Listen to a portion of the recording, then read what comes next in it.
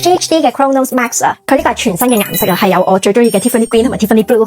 Nice。咁其實 GHD 嘅髮夾咧，我都聽過好多年噶啦。咁佢出名在咧，因為佢係會令到你啲頭髮唔會傷啦。因為通常你出去用啲直髮夾啊，好似我以前會喺旺中度求其買個100零蚊嘅直髮夾咧，咁嗰啲係會越夾越傷嘅。因為大家見到我剪短咗頭髮嘅原因就係因為之前玩到啲頭髮太傷，所以今次就決定入手 GHD 呢個直髮夾啦。咁至於點解我要揀呢個厚版咧，其實就係因為我懶，而家我將個頭髮剪短咗咁多咧，基本上我嘅造型咧都係內捲啦，同埋有啲層次啦。我係只需要夾3分鐘我就已經可以出門口啦，所以係咁以下落嚟咧，我就會做一個示範俾大家。而家就翻去我未夾頭髮嘅狀況啦，大家見到係超級混亂。